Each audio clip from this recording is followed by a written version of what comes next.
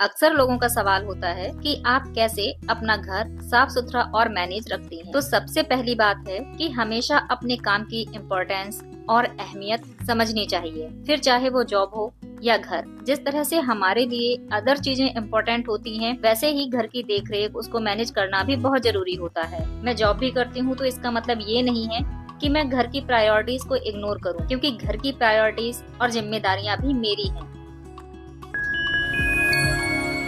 तो बाकी चीजों की जिम्मेदारियों को निभाते हुए मैं आज अपने प्लांट्स की और छत की क्लीनिंग करना बिल्कुल नहीं भूली। तो मेरे प्लांट्स का जो स्टैंड था उस पर बहुत सारी मिट्टी जमा हो गई थी। तो पानी से वॉश करने के बाद भी इसमें कुछ स्पॉट रह गए थे और ये क्लीन नहीं हुए थे। तो इसको क्लीन करने के लिए मैंने लिया है यहाँ पर एक क्लॉथ। इसके मैंने छोटे छोटे से पीस कर लिए थे। मेरे पास जो घर में पुराने कपड़े होते हैं, जो किसी को देने लायक नहीं है, जिन्हें हम डोनेट नहीं कर सकते, जो किसी यूज में नहीं आते हैं, उनको कट करके मैं इनका छोटा छोटा पीस कर लेती हूँ और क्लीनिंग डस्टिंग के लिए यूज कर लेती हूँ। लेकिन इनके बटन निकालना नहीं भूलती। इस तरह से use and throw cloth piece मैं हमेशा अपने पास रखती हूँ, जो आपके बिजी डेज में टाइम सेविंग होते हैं, क्योंकि इनको यूज करने के बाद वॉश करने का झंझट नहीं होता है।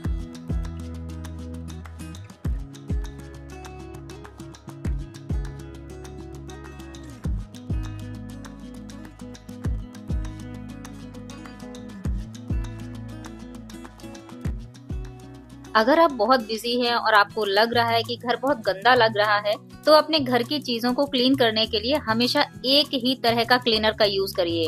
इसके लिए आपको ज्यादा सोचना नहीं पड़ेगा कि मुझे किस चीज से कौन सी चीज को क्लीन करना है। मैं हमेशा अपना सोफा क्लीन करने के लिए माइल्ड शैम्पू का यूज करती हूँ और उसको पानी के साथ मिक्स कर लेती हूँ, क्योंकि मेरे सोफा की जो गद्दियाँ हैं वो कलर्ड हैं, तो इसमें होने वाली गंदगी दिखाई नहीं देती। क्योंकि ये बहुत गंदा है, तो इसको क्लीन करने के लिए मैंने लिया है ये कॉटन क्लॉथ। जो क्लीनर हमने बनाया था, सिंपली उसमें डिप कर दिया और हमारे कुकवेयर के जो लिड होते हैं उनकी हेल्प से हम इनको क्लीन कर लेते हैं। इस तरह से ये मैंने छोटी वाली लिड ली है, जिससे ये सोफा का जो नैरो वाला पार्ट है वहाँ तक आसानी से पहुँचकर क्लीनिंग करेगा और इसको होल्ड करने के लिए भी आसानी होगी।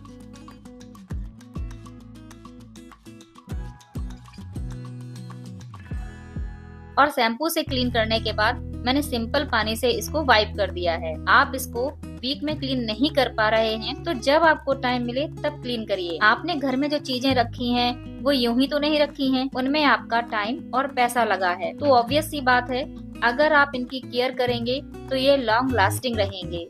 अपने घर की क्लीनिंग के लिए कुछ मस्ट हैव क्लीनिंग टूल्स रखना भी जरूरी है, क्योंकि आपको घर में फैन की या फिर हाइट वाले चीजों की क्लीनिंग करनी है और इनकी क्लीनिंग के लिए अगर आप किसी की हेल्प का वेट करेंगे तो वेट करते ही रह जाएंगे। तो कुछ क्लीनिंग आइटम्स ऐसे जरूर रखिए जिन्हें आप तुरंत यूज कर सकें और आपका काम डिले ना हो। इस तरीके का ये फ्लैट मॉप मल्टीपर्पज क्लीनिंग के लिए बेस्ट है। इससे आप वॉल्स, कबर्ड तो क्लीन कर ही सकते हैं, साथ ही जो नैरो स्पेस होता है या फिर बेड के नीचे या सोफा के नीचे जहां हम झाड़ू नहीं लगा सकते हैं, जहां पर झाड़ू आसानी से नहीं पहुंच पा रही है, वहां पर ये बहुत अच्छे से क्लीनिंग करता है। तो इसके लिए ये बेस्ट क्लीनिंग डस्टर है। आप देख सकते हैं इसमें कितना डस्ट है।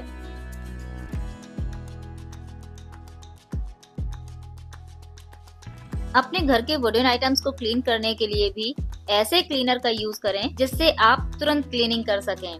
मैं वुडन रैक, बेड, सोफा या जो भी वुडन आइटम्स हैं उनको क्लीन करने के लिए कोकोनट ऑयल और विनेगर का यूज करती हूँ। आप इन दोनों को मिक्स करिए और किसी भी कॉटन क्लॉथ पीस से या फिर कोई टिश्यू पेपर या वाइप से इस सॉल्यूशन से इन चीजों पर अप्लाई करिए और देखिए इनमें इंस्टेंट ही शाइन आ जाती है।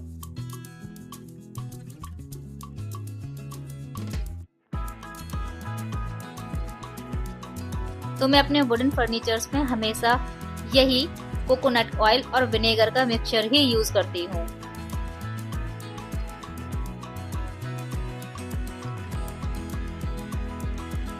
आपके घर के जो हिडन एरिया होते हैं उनको कभी भी इग्नोर मत करिए।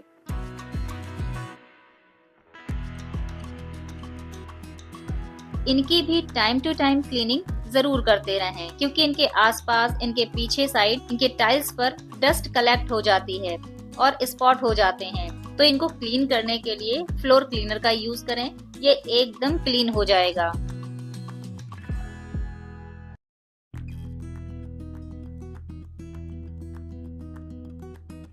जिन मॉप का, डस्टर का हम अपने घर की क्लीनिंग में यूज करते हैं, उनको भी क्लीन करना जरूरी है। मैं हमेशा ही मॉपिंग करने के बाद ये जो मॉपिंग बकेट है उसी में ही थोड़ा सा डिटर्जेंट डालकर मॉप को डिप कर देती हूँ और आधा घंटे के लिए छोड़ देती हूँ और बाद में इसको वॉश कर लेती हूँ।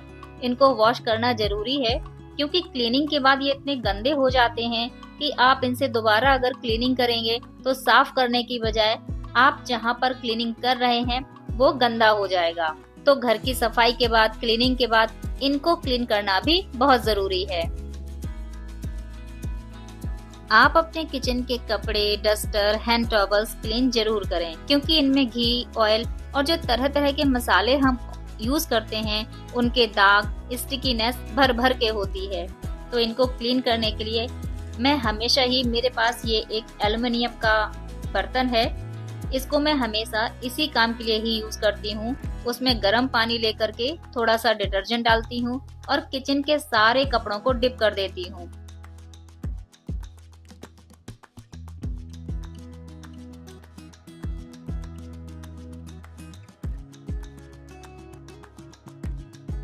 और 1 से 2 घंटे बाद इनको वॉश कर देती हूँ। गर्म पानी में ये एकदम क्लीन हो जाते हैं और इन कपड़ों से स्टिकीनेस भी चली जाती है।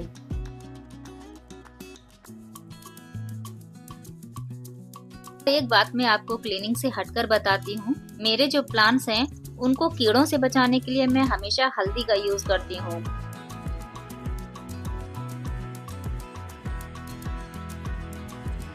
मैंने एक डब्बे में अपने छत पर ही, क्योंकि सारे प्लांट्स मेरे छत पर हैं, तो वहीं पर मैंने एक डब्बे में हल्दी भर कर रखी हुई है। और ये वो हल्दी है, जब मैंने हल्दी पिसवाई थी तो उसको छान कर रखा हुआ था। इसको फेंका नहीं है बल्कि प्लांट्स के लिए रख लिया है। तो प्लांट्स पर मैं बाकी फर्टिलाइजर का यूज तो करती ही हूँ, लेकिन 15 दिन में एक बार उन पर हल्दी वाला पानी डालना नहीं भूलती।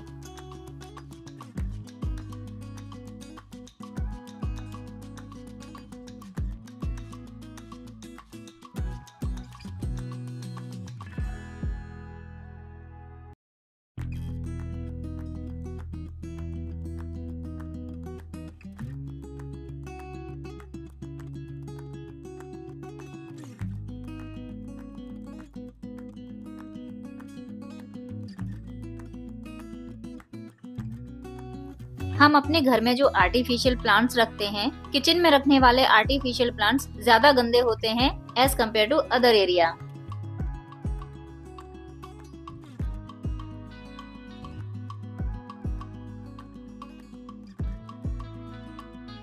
तो मैं हमेशा अपने घर के आर्टिफिशियल प्लांट्स और फ्लावर को क्लीन करती रहती हूँ और इनको क्लीन करने के लिए मैं हमेशा ही हैंड वॉश का यूज करती हूँ क्योंकि ये माइल्ड होते हैं और इनसे वॉश करने के बाद प्लांट्स खराब भी नहीं होते।